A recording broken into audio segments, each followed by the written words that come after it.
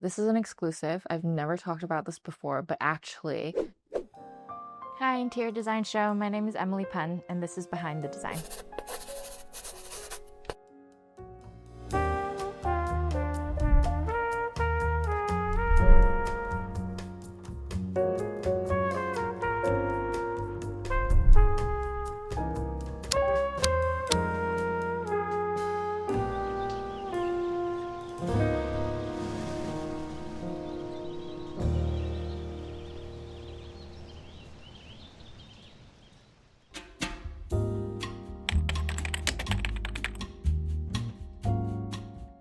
I actually wanted to become a singer. I wanted to become an artist, a painter. I've always been very into the creative arts as a child. And interiors was something that I kind of took on board in high school and, through university. So I went to university for interior architecture. So it was just a natural lean, and I guess I was really good at it in school. So being good at it probably propelled me into loving it as well. So when I finished university, I found myself leaning further into it in the commercial space, and now I do it for people's homes. I think my foundation and my learned experience through university and just having trained in the craft has been able to give me the ability to really think about a problem and think about an opportunity in a very deep way. I personally walk into spaces and I know very quickly when things have been considered versus not. So I guess having been trained at it is giving me the ability to kind of extrapolate, but also dive in really deep in a really focused way. My daily non-negotiable is exercise. I have to move my body in some way, but not in like a calm way. My exercise needs to be quite intense. So a painful workout is my non-compromise. If there was a fire in the house, I would save my dog, obviously. I think it would be really sad if that wasn't the answer. I would save him. He's my first thing to go with me. Religiously, cult-like breakfast item is always oats. Oats with oat milk and a really super ripe banana. That's my breakfast of choice. My friend would describe me as unhinged, and they would describe me as open, and then hopefully they would describe me as loving.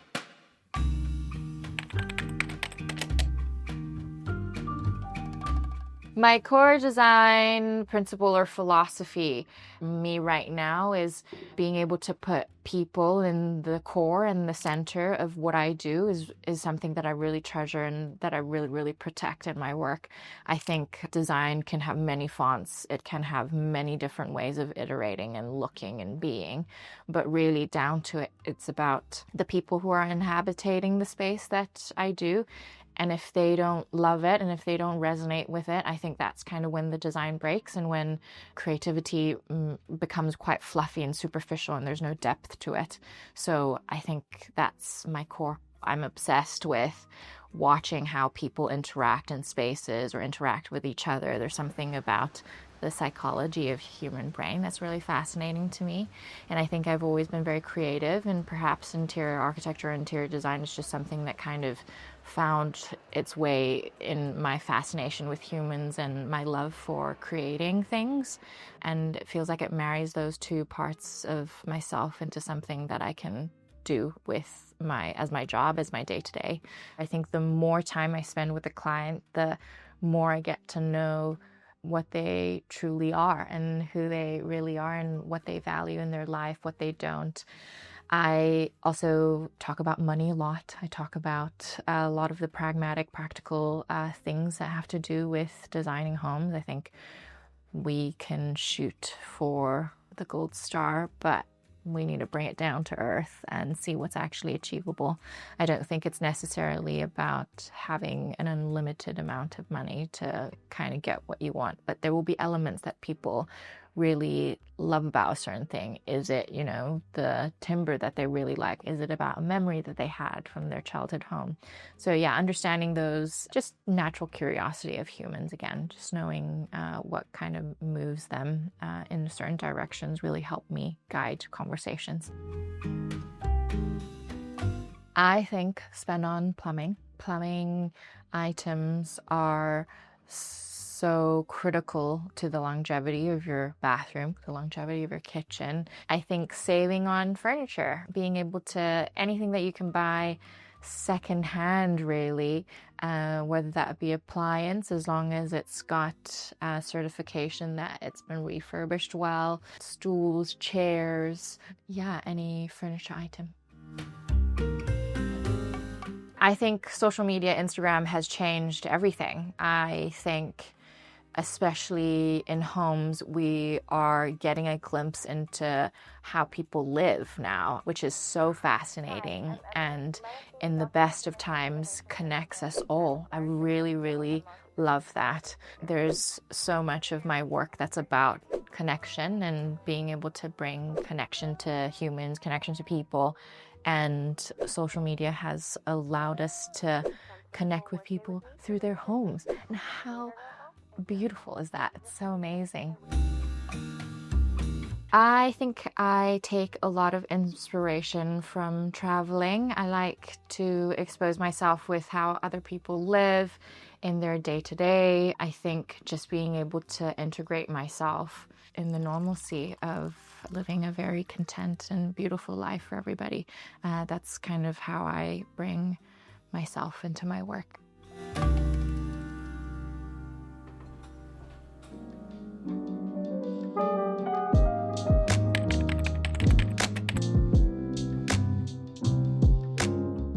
What drew me to the house was its potential. It was really run down and it wasn't loved or cared for. And I am in the business for seeing potential.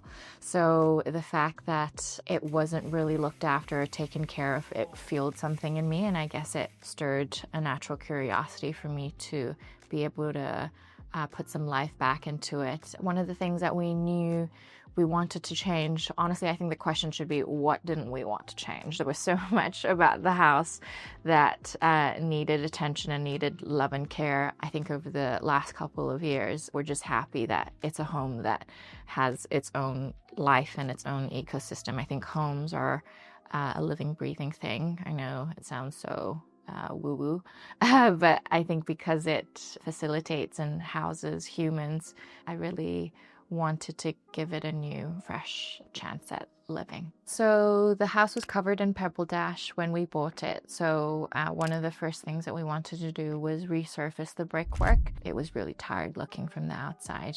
And we also changed the windows simultaneously from UPVC to timber. I mean, the hallway was completely refurbed. We ripped up old carpets from the floor to find rotten timber floorboards, and staircase that we had was very creaky. So we bolted everything, re-secured everything to the stringer, to the treads and risers itself. It also was painted. We put down a new carpet runner that I sourced from Etsy, storage under the staircase. We've painted the stair in this glossy paint color called Tuscan Red. So we extended the kitchen out into the rear garden by, I think, a couple of meters. I can't remember off the top of my head, and into the side. So we have a much wider and deeper space into the kitchen dining area. We obviously demolished most, if not all, of the existing kitchen. We also had an outside toilet that had to go. So it's a full redesign of storage, island, kitchen run, dining space, and into our garden.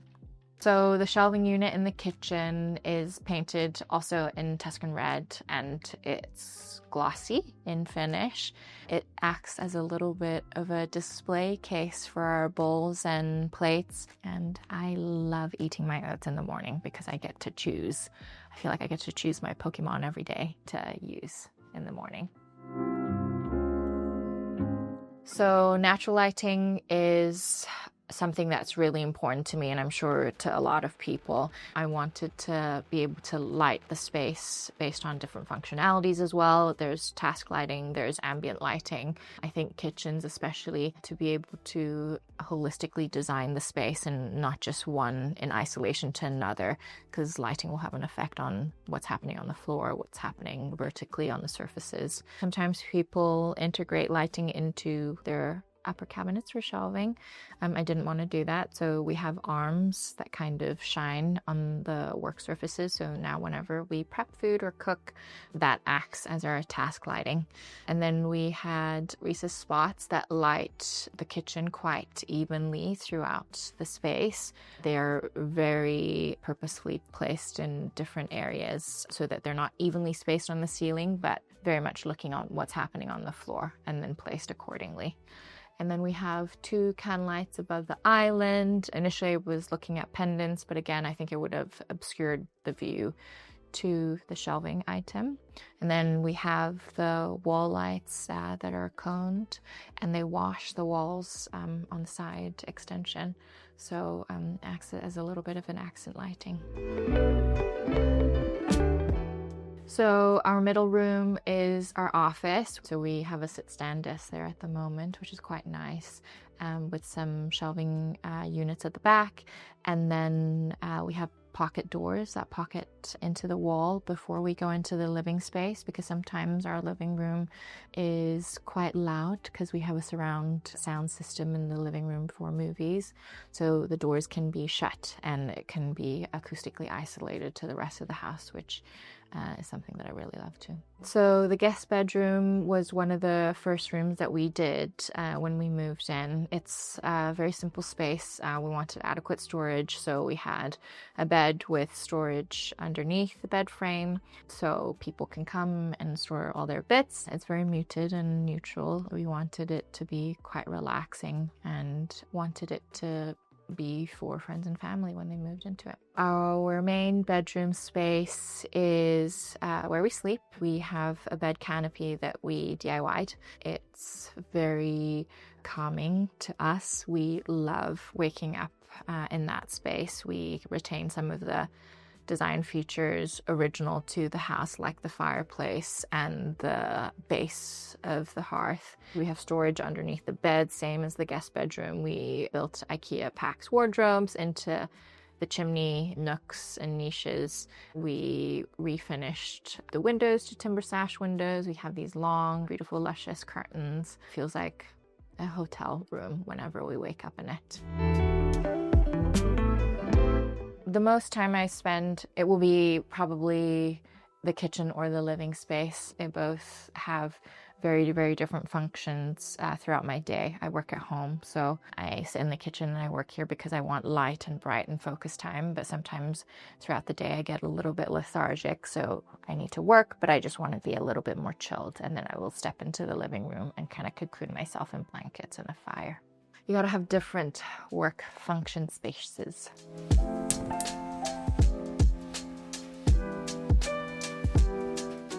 One of the aspects and restriction of creativity can sometimes be such a blessing in being able to push the fold and push boundaries. In this house, we had to go into planning permission with a rear extension. Initially, my architect, Marilena, wanted to do a box extension with a flat roof. Oftentimes, planning permission will look at what's kind of acceptable and accepted within the area, and they had come back and said that our side extension needed to be pitched.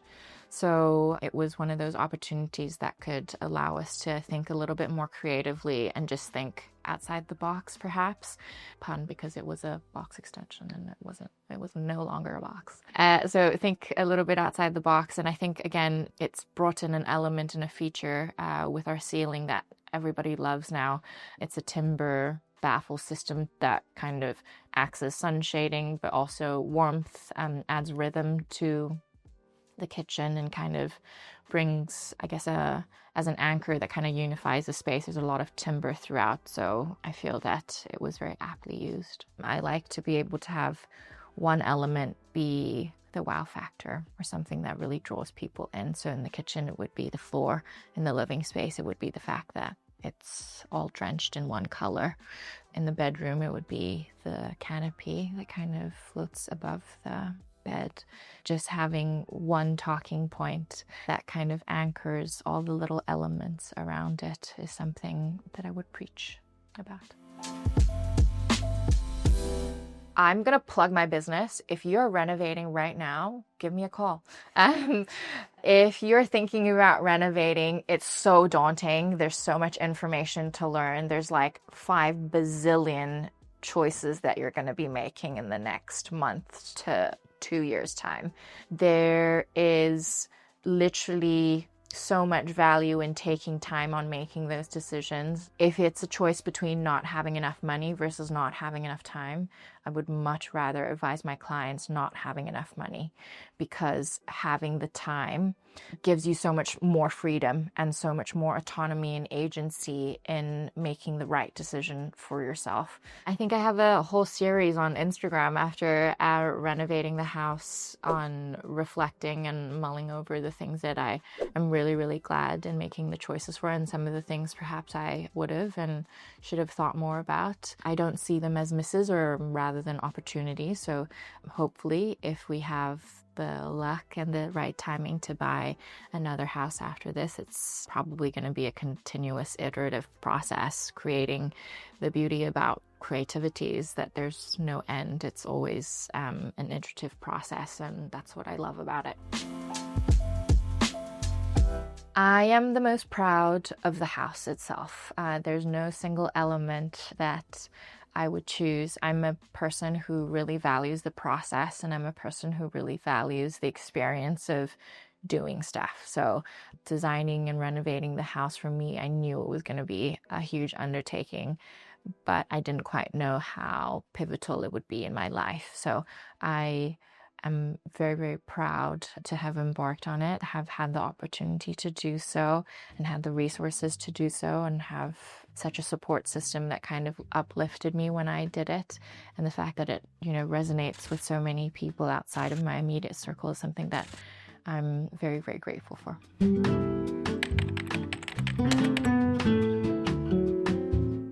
I am a very detail-oriented, very organized person, so even the unexpected things were very much expected. But I guess for others, when they come into our home, the most unexpected thing is probably the reclaimed quarry tiles on the floor.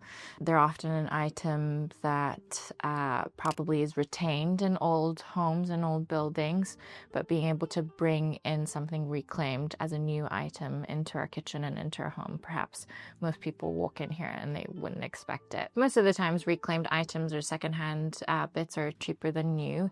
There's life to it, there's wear, there's history, there's a story behind the item. I really like thinking where its origin is from, or an origin story for the item that I purchased from somebody's dingy garage or basement. I really love that. So being able to craft and give another life to it, perhaps in a very different way, is something quite magical, I think. Original features in the house: we kept some of the timber floors upstairs in the first floor. We kept the fireplaces. Unfortunately, so many elements were kind of taken away through the process of different purchases prior to us buying it and moving in.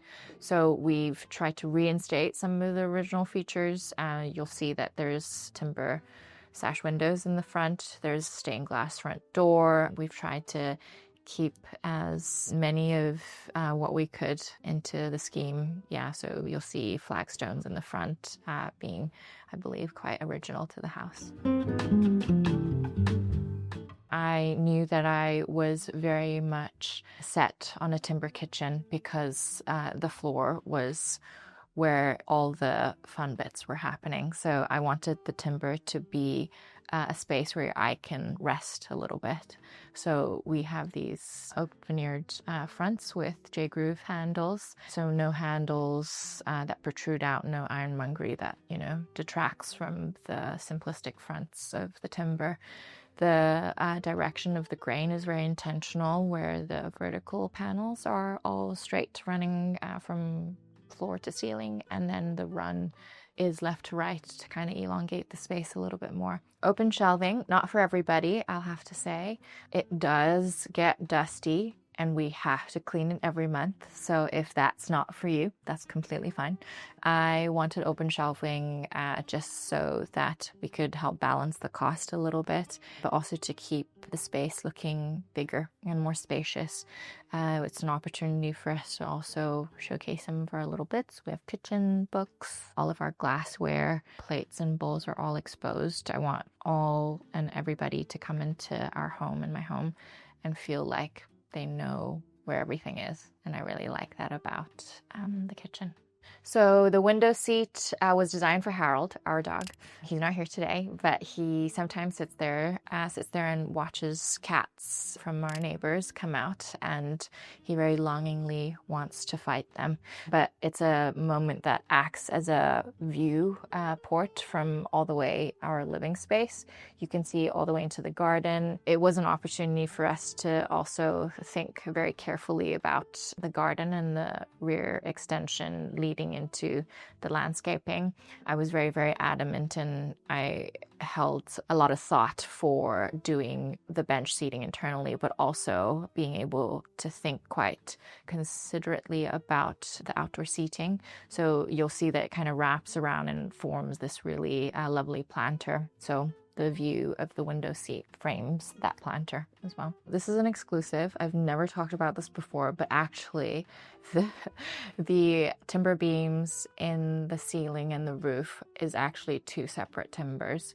Our contractor had ordered eucalyptus instead of oak for the cladding and had tried to convince us that it was oak. It was very much not oak. So we painfully stained it and dyed it to make it a bit more closer to the oak timbers that we had, but it's an element that has brought us a lot of pain, but also a lot of joy. I think we look at it, it's not super polished, it's not very perfect. There's, knots, and the timbers are a little bit warped in some edges, but I think we've grown to love it. I think oftentimes people have an expectation of homes being perfect, but again, we're fighting entropy, guys, so.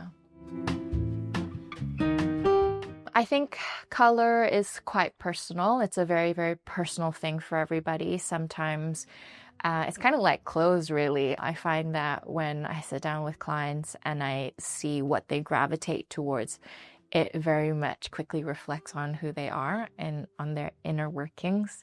So I guess it's a process of discovery with them and seeing whether or not they might like something at the beginning, and what happens at the end is very, very different because they would have lived a whole life through the design process and through the build process, and they might come out being somebody else. So my approach with color and texture really is just in step with my clients, and I think things can look good, but ultimately, yeah, it's about being able to reflect who the users and the people in it. I am a huge advocate for eBay. eBay, if you're watching this, sponsor me. I love an eBay dive. I used to buy lots of new furniture from various different brands, but I have found that being able to exercise that resistance and feeling like you've made a win on a bid, that thrill is fascinating. I love it. I think next for me, I have loved launching my business. It's been so unexpected. I have always worked in the commercial space for really, really big businesses, for really big companies and brands. And launching my business and now having direct access to my end user in such an intimate way, crafting their homes, and they're going to live in it for a really long time. I see so much value, and I'm always so grateful for people kind of opening their doors to me. It's such a vulnerable way to, bring people in. So that's it for me. Just putting a foot in front of the other. What's my dream style and home? I would love to design a home that was just pure bed. Every single surface was just... I actually don't. I think when I get asked questions like that, I feel like I would be putting myself in a box. I think, again, there's no dream space for me. My dream project is every single client that I get to work with now, honestly. It sounds like I'm such a teacher's pet when I say that, but there is no dream project for me. I really, really just enjoy the process so much that it doesn't matter what the end result looks like. I'm just happy that I was a part of the ride.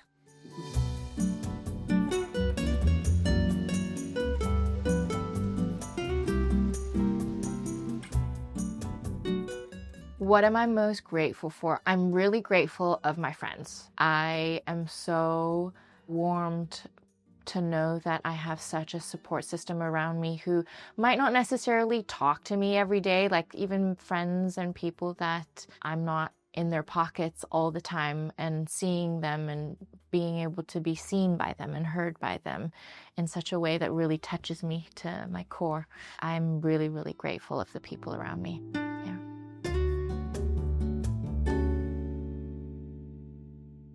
Thanks for watching. If you want to see the full tour, you can click here.